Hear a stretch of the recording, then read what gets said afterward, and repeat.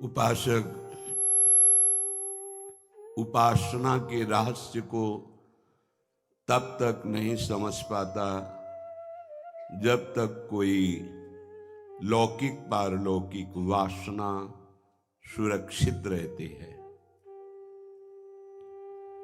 ये वासना बहुत सूक्ष्म होती है, साधना से दब जाती है, पर जैसे वायु का संयोग और फूस का संयोग होने पर चिंगारी पुनः ज्वाला रूप धारण कर लेती है, ऐसे ही साधक के हृदय की वासना साधना से जो चिंगारी रूप में हुई वो दबी रहती है। अगर उसे पुनः संयोग और अनुकूलता मिल जाए तो पूरे हृदय में वासना की ज्वाला जग उठती है। उपासक तब तक सावधान रहे जब तक भगवत साक्षात्कार ना हो जाए। भगवत साक्षात्कार होने के बाद कोई भी संग इतनी सामर्थ्य नहीं रखता कि उपासक के हृदय में वासना की स्फुरणा ही पैदा कर सके। नहीं, स्वात्मा रामम विषय मृग तृष्णाम भ्रमयति। जैसे जगा हुआ पुरुष को स्वप्न के पदार्थ नहीं खींच सकते, ऐसे हुए हृदय में ज्ञान का प्रकाश फिर पुनः ये माया अंधकार उसे घसीट नहीं सकता। इसलिए उपासक कभी मनोरंजन में न फंसे। मन जल रहा है, कैसे इसको आनंदित करे, ये उपाय कहीं जागतिक न कर बैठे, नहीं तो धोखा हो जाएगा। जब मन उदास हो तो इसे प्रियालाल की लीला चरित्रों में, महापुरुषों के चरित्रों में, महापुरुषों के वचनों में इसको लगावें। इसकी उदासी प्रभु के चिंतन से दूर करें, ना कि विषय भोगों से। अगर कहीं किसी माया रचित वस्तु व्यक्ति स्थान के संयोग से तुम्हारी उदासी नष्ट हो रही तो परिणाम में उपासना भी नष्ट हो रही है। ध्यान देना इस विषय पर।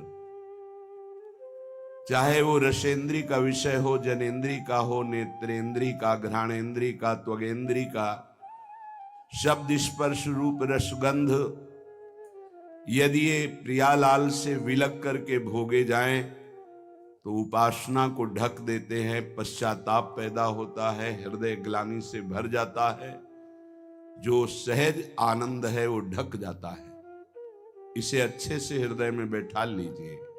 जब मन निराश और उदास हो तो अध्यात्म के द्वारा इसको आनंदित करें। विषय भोगों में लगाकर आध्यात्मिक शक्ति छीन करके कभी कोई उदास मन को प्रसन्न नहीं कर पाया, न कर पाएगा, ना है किसी का। चाहे जितना वैभव एकत्रित कर ले लोक लोकांतर का, मन प्रसन्न नहीं हो सकता। मन प्रसन्न होता ही परमात्म चिंतन से है। अगर भजन की खुराक मन को नहीं दी तो विषय खुराक में टूट पड़ेगा, वो तुम्हारे रोके नहीं रुकेगा। अगर इसे कोई रोक सकता है तो भजनानंदी, चाहे वो गृहस्थ हो या विरक्त हो, जितना आप भजन रूपी धन एकत्रित करेंगे वो महाबल है, उसी से मन को रोका जाता है। भजन करते करते हृदय सरस होता और लीलाओं में सुख मिलने लगता है। प्रभु की रसमयी लीलाएं हैं। वृंदावन में महामाधुर्य रस बरस रहा है, जो सब रसों का भजन का सार है। नित्य विहार रस, नित्य विहार भजन, अद्भुत महाप्रेम रस वार्ता होती है। हास परिहास हो रहा है। समस्त सहचरियां एक एक इंद्री से प्रियालाल का पान कर रही। नेत्रेंद्री से रूप का, श्रवणेन्द्री से जो प्रिया प्रीतम परस्पर अमृतमयी वार्ता कर, एक एक अक्षर में प्रेमामृत बह रहा है। उनकी चितवन, उनकी मुस्कान, उनकी वाणी, उनका हास परिहास ये सखियां पान कर रही। बिल्कुल उदाहरण तो त्रिभुवन में कोई है नहीं। अगर कहीं ये शोभा, ये हास परिहास, ये प्रेम के लिए थोड़ा सा नेत्रों में झलक जाए तो प्रेम समाधि लग जाए।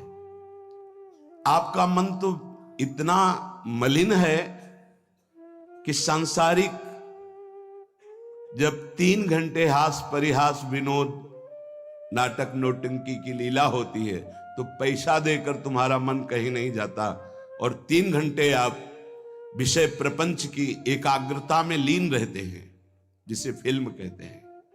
3 घंटे 2.5 घंटे आप बैठे गर्व महसूस करते हैं, आनंद महसूस करते हैं। सोचो, वो नायक झूठा, वो नायिका झूठी, वो खेल झूठा, हास परिहास झूठा, और उसमें तुम आनंदित हो रहे हो। कहीं सच्चिदानंद की मुस्कान देखने को मिल जाए, कहीं सच्चिदानंद का हास परिहास देखने को मिल जाए, कहीं सच्चिदानंद की शोभा निरखने को मिल जाए, तो दशा क्या होगी तुम्हारी। तुम्हारा मन तो झूठे विषयों में भी राजी हो गया, झूठी कहानियों में राजी हो गया। कहीं सच्चिदानंद की लीला देखने को मिल जाए तो प्राणों की आफत आ जाए। ये प्राण आचार्य बल से टिकते नहीं, तो प्राणों की सामर्थ्य नहीं आनंद समुद्र को झेल सके। ऐसा परमानंद एक झांकी में है युगल सरकार की। युगल सरकार उस शैया पर बैठे हुए हास परिहास, ये वो प्रभु हैं जो शिव सनकादि अपने ध्यान में जिनको लाने की प्रत्येक पल चेष्टा करते रहते हैं। ये वृंदावन रजोप सेवी रसिक जनों की कृपा से जोरी नेत्रों में नहीं हृदय में ही बस जाती है। ये हृदय निकुंज में खेलने लगते हैं। आप अपने जीवन को साक्षी करके देखिए, आप अपने हृदय के न्यायाधीश बनिए और बोलिए आज तक आपको किस भोग में सुख मिला। तत्कालिक आपकी तन्मयता के कारण आपको लगता है कि मैं भोग रहा हूं अमुक पदार्थ अमुक भोग, उसमें सुख है, लेकिन थोड़ी ही देर बाद फिर आप निर्णय कीजिए जो आपने भोगा वो क्या था, फिर और थोड़ी देर बाद तो आप देखेंगे नवीन तृष्णा पैदा हो गई पुनः भोगने की, कि अभी तो अनुभव नहीं हुआ, एक बार फिर देखता हूं। इसका मतलब वहां सुख नहीं है। इसलिए पूज्यपाद श्री उड़िया बाबा जी महाराज कहते हैं, अय उपासक, मन में यदि कोई वासना रखोगे तो तुम्हारा पुनर्जन्म निश्चित है। बहुत ध्यान से सुनिएगा, ये बड़े न्यायाधीश हैं, ये ब्रह्म प्राप्त भगवत प्राप्त महापुरुष जो बोलते हैं, यही प्रमाण माना जाता है। अगर आप महान पाप किए हैं और कोई महात्मा कह दे जाओ कुछ नहीं सब ठीक है, एक भी पाप का दंड आपको नहीं मिलेगा। सच्ची माना ना, ये न्यायाधीश हैं, ये बड़े बड़े महापुरुष, इसीलिए इनसे जो लाभ मिलता है वो भगवान से भी बढ़कर लाभ कहा जाता है। क्योंकि भगवान में तो जब पूर्ण शरणागति होती तब हम तो हम सर्व पापेभ्यो मोक्षयिष्यामि मा शुचा, और पूर्ण शरणागति यही महापुरुष जन कराते हैं। एक एक शब्द पर कभी संशय मत करना। ये जीवन का वो सूत्र है जिनके आधार पर बाल्यावस्था से चला गया है। अय उपासक, अय साधक, मन में यदि कोई वासना रखोगे तो पुनर्जन्म तुम्हारा निश्चित हो गया है। होश में हो जाओ। वासना, ये भोग लूं, ये देख लूं, ये चाहत है, इसके सिवा हम नहीं कुछ पसंद करते, इसके बिना हम नहीं जी सकते, ये सब वासना। हिरण में ममता हो गई तो भगवान के पुत्र हैं, भगवान ऋषभ देव जी के पुत्र हैं भरत जी महाराज, अगला जन्म हिरण का हुआ। स्त्री में आसक्ति हो गई पुरंजनी में, तो पुरंजन का अगला जन्म स्त्री का हुआ। अगर कोई भी वासना है आपका जन्म होगा, प्रमाण सहित कहते हैं बाबा। प्रार्थना करते हैं कोई वासना रहने न पावे, नहीं तो अगला जन्म हो जाएगा, बड़ा निकृष्ट भी हो सकता है। हम एक बहुत बड़े महात्मा की बात बता रहे हैं। बाबा कह रहे हैं जब हम राम घाट में रहते थे गंगा की, तो एक बड़े अच्छे महात्मा वहां थे। उन्होंने एक अपनी कुटिया बना रखी थी। एक दिन उनके कोई बड़े धनी मानी भगत आए और सोने की कई मुहरें चरणों में रखी, भेंट में रखी। उन्होंने सोच करके ले लिया कि संत भंडारा करेंगे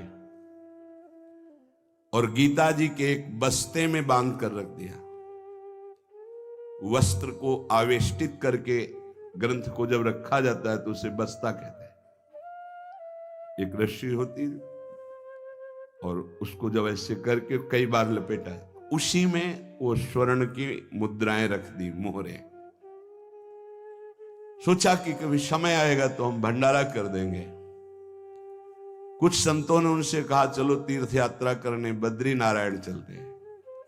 चिंतन में आया कि वो मोहरे रखी, भंडारा करना था, पर संतों से कह नहीं पाए और चले तो बद्री नारायण नहीं पहुंच पाए, रास्ते में ही प्राण निकल गए। प्राणों का क्या भरोसा, कौन सा कदम आखिरी होगा किसको पता, कौन सी श्वास आखिरी होगी किसको पता। इसलिए बहुत चतुर सुजान वो हैं कि कोई संकल्प नहीं रहने देते, नहीं रखना चाहिए। चतुर सुजान साधक कल हम ये करेंगे, नहीं नहीं, अगर श्री जी ने चाहा तो कल ऐसा हो जाएगा। शब्दों में बंधना, शब्दों में ही मुक्त होना, संकल्प में ही बंधना और संकल्प से ही मुक्त हो जाना, दोनों बातें हैं। कल मुझे अमुक जगह जरूर जाना है, तुरंत अंदर से हाँ श्री जी ने चाहा तो जरूर चले जाएंगे। वाणी से भले चूक हो जाए, अंदर से चूक नहीं होनी चाहिए। तत्काल आराध्य देव को बीच में लो, नहीं फंस जाओगे। एक बार भी आराध्य देव को बीच में नहीं लिया, रास्ते में प्राण निकल गए। चिंतन चल रहा था कि लौट के आएंगे तो स्वर्ण मुद्राएं जो रखी उनको बेच करके फिर भंडारा करें। सदिच्छा भी नहीं रखनी, ये बहुत सूक्ष्म विषय है। अब उनका शरीर छूट गया। शरीर जब छूट गया तो शरीर की अंतिम क्रियाएं हुई जो संत की होती। 16 दिन बाद कुछ संतों को प्रसाद पवाया गया। महीना व्यतीत हुआ महाराज की कुटिया की जो सेवा सफाई में, तो बस्ता एक ऊंचे पे दिखाई दिया। देखा कि गुरु जी की गीता रखी हुई है। कोई बात नहीं है, कभी समय आएगा तो पढ़ेंगे, गुरु जी की गीता है। रात्रि में स्वप्न हुआ उनके शिष्य को कि बेटा मैं पतित हो गया, चूक हो गई। अंतिम समय स्वर्ण मुद्रा का ध्यान होने के कारण मैं सांप बनकर उसी बस्ता में बंधा हुआ हूं। जब तक स्वर्ण मुद्राएं बेचकर संत सेवा नहीं करोगे, मुझे सांप की योनि मिली है। पूज्य पादुड़िया बाबा भी वहीं रामघाट में थे। उन्होंने स्वप्न सुनाया कि ऐसा ऐसा गुरुजी का स्वप्न देखा। तो सब संत एकत्रित हुए, सबके सामने जे ही बस्ता खोला गया, सोई नवीन अवस्था का सर्प फड़काड़ के खड़ा हो गया। स्वप्न सच्चा निकला, क्योंकि वो आदेश हुआ था गुरु जी का। वो एक स्वप्न नहीं था, वो एक आदेश था। इसलिए सब संतों को एकत्रित किया था कि ऐसा कुंडली मारे, फन काढ़े उन्हीं स्वर्ण मुद्रा के ऊपर। वो ही महात्मा जी क्योंकि स्वप्न में बता चुके थे। उस वस्त्र में देखा गया कोई छिद्र नहीं था जिससे सर्प घुसकर पहुंच सके स्वर्ण मुद्रा तक, क्योंकि कई लपेट होते हैं बस्ता में। ये देखकर सब महात्मा आश्चर्यचकित हो गए कि भाई थोड़ी सी असावधानी हुई कि स्वर्ण मुद्रा का चिंतन बना तो सर्प होकर के गुरु जी को बैठना पड़ा। उस सर्प को बड़े सम्मान, किसी को कुछ नहीं काटा, कुछ नहीं छेड़ा, उसको बहुत सम्मान से आदर पूर्वक जंगल में जाके दुखी होकर शिष्यों ने छोड़ा और उन मोहरों को बेचा गया। संत भंडारा हुआ, उनकी जो ही वासना की पूर्ति हुई, ये वासना बन गई थी, तो ही शरीर छूटा उनका और अपनी गति को प्राप्त हुए। इसलिए उपासक, ये सद्वासना थी। सद्वासना जब बंधन को प्राप्त करा सकती है तो असद वासना कौन कौन सी दुर्गति देगी, ये बहुत सूक्ष्म विषय है। एक महात्मा पधार रहे थे तो वृक्ष के नीचे लेटे थे, ऊपर आम का फल था। पके हुए आम के फल में दृष्टि चली गई। अंतिम समय तो उसी में कीड़ा बनकर आम के पेड़ में आए। शिष्य समर्थ थे, उनको ध्यान के द्वारा जब पता चला तो उन्होंने फिर भजन बल से अपने गुरु जी का उद्धार किया। कई बार ऐसा देखा गया है कि शिष्य के द्वारा गुरु को भगवत साक्षात्कार होता है। सुतीक्ष्ण जी को पहले से ठाकुर जी का साक्षात्कार हुआ, साथ लेकर फिर अपने गुरु जी के पास साक्षात्कार करवाने प्रभु को गए। बड़ी महिमा है भजन की। गुरु प्रदत्त भजन से बड़ी सामर्थ्य शिष्यों में जागृत हो जाती है। विश्वास करो, विश्वास करो, बाबा 2 बार कह रहे हैं। जो कह रहे हैं उस पर विश्वास करो। कोई वासना मत रहने दो, ढूंढ ढूंढ करके वासना को नष्ट कर दो। तुमसे ना नष्ट होती हो तो गुरुजनों के सामने रख दो, प्रभु के सामने रख दो। प्रभु इस वासना को नष्ट कर दो। देख लो, भंडारे की वासना ने सांप बना दिया, मृग की वासना ने मृग बना दिया, हिरन बना दिया। हमारी इतनी वासना है, हमारा क्या होगा? कभी विचार किया है अंदर बैठ के? कितनी बाजार लगी वासना की। ये सब वासनाएं कट जाएंगी यदि एक सूत्र रख लो, श्री जी की इच्छा। ऐसा करेंगे, हाँ, श्री जी की इच्छा से, अंदर से ऐसा, हाँ, प्रियाजू की जैसी इच्छा। वो तुम्हें बांध ही नहीं पाएगी कोई वासना, क्योंकि प्रिया जो प्रधान हो गई है। उपासक प्रभु को भूल जाता है। जब कोई वासना होती तो अपना ऐसा अंधकार पैदा करती है कि प्रभु को भूल जाता है। जैसे भरत जी भूल गए, जिन प्रभु के स्मरण में बाधा ना पड़ जाए, राज रानी, राजपुत्र और राज्य का त्याग कर दिया। वही हिरन की बाधा को कैसे स्वीकार कर लिया कि प्रभु का विस्मरण हो रहा है, प्रभु की सेवा छूट रही हो, हिरन के दुलार में घूम रहे हैं। हिरन बनना पड़ा। बहुत सावधान। अगर हम सब सावधानी पूर्वक उपासना करें तो इसी जन्म में हम जीवन मुक्त हो जाएं। गुरुदेव, इष्ट, इष्ट का मंत्र और माला, ये साधना की 4 विशिष्ट पद हैं। गुरुदेव, इष्ट देव, इष्ट मंत्र और जिससे माला, जिससे मंत्र जपते हैं, इनमें एक भी नहीं बदलना चाहिए, बहुत जल्दी सिद्ध हो जाएगा। माला ऐसे नहीं कि गंदी हो गई फेंक दी, दूसरी नई माला ले ली, टूट गई मुझसे, या माला की थैली, दोनों। एक उपासक के पास फटी हुई बहुत मलिन थैली थी, हमने कहा बदल दो ना। नहीं, गुरु प्रदत्त है, ये आजीवन चलेगी। ऐसे बहुत जल से धो देंगे, यमुना जी में धो देंगे, बदल तो नहीं सकते, आजीवन के लिए है। अच्छा लगा, ठीक है, गुरु प्रदत्त है, इसे बदल नहीं सकते। माला झोली, यहां रोज नई चमकती हुई, देखो ध्यान दीजिए, गुरु, इष्ट, इष्ट मंत्र और माला, ये चारों बहुत जल्दी परिपक्व अवस्था प्रदान करती है। इनमें से एक भी यदि बदला जाए तो बेविचार दोष उत्पन्न हो जाएगा। गुरु, इष्ट देव, इष्ट मंत्र, मंत्र जपने की माला और माला झोली सहित, इसे खिलवाड़ ना समझे।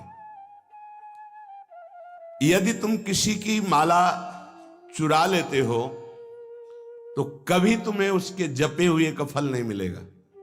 और यदि तुम्हारी माला कोई गिर जाए, भूल जाए, कोई चुरा ले, तो तुम्हारे आधे भजन का प्रभाव निष्फल कर दिया जाएगा। ये न्यायाधीश बोल रहे हैं। माला प्राणों से भी अधिक प्यारी रखी जाती है। ऐसे नहीं कि जहां मन आया वहां रख दिया, नहीं, सदैव अपनी छाती से माला लगा के रखी जाती है। अगर कोई बात करनी, कोई सेवा करनी, तो माला को यहां ऐसे रख लिया, गले में डाल लिया कि नहीं से। अब कुछ लोग ऐसे नहीं रखी जाती, अगर माला रखना भी है तो उसके नीचे आसन होना चाहिए, उससे मंत्र जपते, खिलवाड़ नहीं। यदि चोरी चली गई तो भी आपका आधा भजन निष्फल हो जाएगा, और चुराने वाले को कभी भी जितना जप करेगा उसका फल नहीं मिलेगा। किसी की माला से जप नहीं करना चाहिए। मिली हुई माला को जहां मिले वहां सम्मान से टांग दो, कभी लौटेगा वो तो ले लेगा। कभी माला पड़ी हुई उठाना नहीं चाहिए, लेना नहीं चाहिए, उससे कुछ लाभ आपको मिलेगा नहीं। अगर यहां माला पड़ी है तो यही टांग दो, जिसकी माला है अगर वो वापस आएगा तो वहां मिल जाएगी उसको। कभी आप किसी की माला से जप न करें। जो किसी की माला चुरा लेता है उसकी कभी आध्यात्मिक उन्नति उससे नहीं हो सकती। माला, झोली, इष्ट मंत्र, गुरुदेव और इष्ट देव आजीवन एक ही रखे, बदलाव न करे। यावत जीवन इन चारों को एक रखे, गुरुदेव, इष्ट देव, इष्ट मंत्र, इष्ट माला, उपासक बहुत जल्दी परिपक्व अवस्था को प्राप्त हो जाएगा। ये बातें बड़ी गूढ़ हैं, ये आध्यात्मिक सत्संग इसलिए आपको सुनने को मिल रही। कर्म 4 प्रकार के होते हैं। एक कर्म जिनसे यहां भी सुख मिले और परलोक में सुख मिले, जैसे हम यहां किसी भूखे को भोजन पवा देते हैं तो हमारी संपत्ति भी बढ़ेगी और परलोक में इसके पुण्य का बड़ा लाभ प्राप्त होगा। या हम ऐसी कुछ अपने धन से व्यवस्था करते हैं जिससे भजन करने वाले संतों को सुख मिले, जो सतमार्ग में चल रहे हैं उनकी वास की व्यवस्था, वस्त्र की व्यवस्था, भोजन की व्यवस्था, यहां भी तुम्हारे ऐश्वर्य बढ़ेगा और परलोक में भी भगवत कृपा प्राप्त होगी। औषधालय खोल देना, प्याऊ खोल देना, ऐसी व्यवस्था कर देना जिनकी व्यवस्थाएं नहीं हैं, उनको वस्त्र है, भोजन है, औषधि है, इस तरह की, तो यहां भी सुख और परलोक में भी सुख। पर ध्यान रहे, पोस्टर बैनर नहीं होना चाहिए। अगर आपने कहीं छपवा दिया या अपनी जबान से कह दिया तो उसका प्रभाव क्षीण हो जाता है। ये लोग समझते नहीं। आपने वृंदावन आए, 100 संतों को भोजन पवाया, इसके बाद पूरे गांव में 4-4 जगह बैठ के कि वृंदावन गए थे, 100-2 संतों को ऐसा पवाया, संत भी कह रहे थे कि वाह भाई, और 100-100 रुपया भेंट दी। वो बड़ाई जो आप झोंक रहे हो ना, सब खाली हो रहे हो आप। चुप। ये लोग कुछ ऐसे देहाभिमानी होते हैं कि एक पंखा भी टंगवाएंगे ना तो पंखा की हर पंखुड़ी में जिला अमुक, बाबा का नाम, दादी का नाम और ये नाम और वो नाम, अपना नाम, पूरा पता, फोन नंबर सहित पंखा में ऐसे देखे गए। कुछ भी करना है पूरा, ये सब। तुम्हें अपने नाम की चिंता है या संतों की सेवा की चिंता हुई? तो ये ध्यान रखो, जिनमें यहां भी सुख मिले और परलोक में सुख मिले उसे सत्कर्म कहते हैं। सत्कर्म गुप्त होना चाहिए, पर अभिमान गुप्त होने नहीं देगा, पक्का। वो चाहे दीवाल से कहेगा जरूर। ये अंदर देख लेना, फूलन आएगी, कहना कुछ तो ऐसा कि बाद में संत पाएंगे, पहले ही परिक्रमा मार्ग में बोर्ड लग जाता है, आज यहां 100 संत सेवा और अमुक जिले के अमुक अमुक अमुक ऐसे। तब ये लगता है कि कैसे तुम नादान बच्चे हो, तुम्हें इतना बड़ा सौभाग्य सुकृत का मिला था, इतना महान सत्कर्म, और तुमने सब मिटिया मेट कर दिया। और उनको लगता है कि सत्कर्म का फल यही है। 100 रुपया के अगर फूल डालने हैं तो फिर 100 लोगों को तो पता चलना चाहिए कि वीडियो में कि हम ही फूल डाल रहे थे। बड़ा हम का खेल चालू है। ये कर्म तभी परलोक में आपको मिलेगा जब यहां आप गुप्त रखें। देखा है आपने गुप्त कैसे कमाई की जाती है। बहुत बड़ी यज्ञ की थी, मैदा फैक्ट्री के मालिक थे। जब वो आते थे कानपुर में गुरु आश्रम में संत दर्शन के लिए, तो 20 गाड़ियां उनके साथ होती थी और आधा किलोमीटर पहले ही रुक करके नंगे पैर पैदल आते थे। जब वो यज्ञ करवाए तो एक हाथ में झाड़ू सोहनी और एक में डलिया, और जो ऐसे खा पी के दोना पत्तल फेंक देते वो उठाते। कहीं कोई पोस्टर नहीं, कहीं और इतनी दिव्य सब खान पान सामग्री सब ऐसी, और वो केवल चेक करते थे अपने कार्यकर्ताओं का, झाड़ू लिए हुई है वो लिए। कोई जैसे पूछता यज्ञ कौन करवा रहा, तो बोले हमको तो यहाँ दोना पत्तल फेंकने की सेवा मिली, हमें तो पता नहीं। कोई जान नहीं पाया कौन करवा रहा है। अपने लोग इसलिए जानते थे कि प्रेरणा से हो रही थी। ऐसे सत्कर्म की कोई जान ही नहीं पाया कि किसने करवाई यज्ञ। और इतना बड़ा खान पान, कानपुर महानगर जहां लाखों लोग खाते पीते, उनके पास कोई कमी नहीं, कहीं भी कोई अभिमान का लेश मात्र नहीं।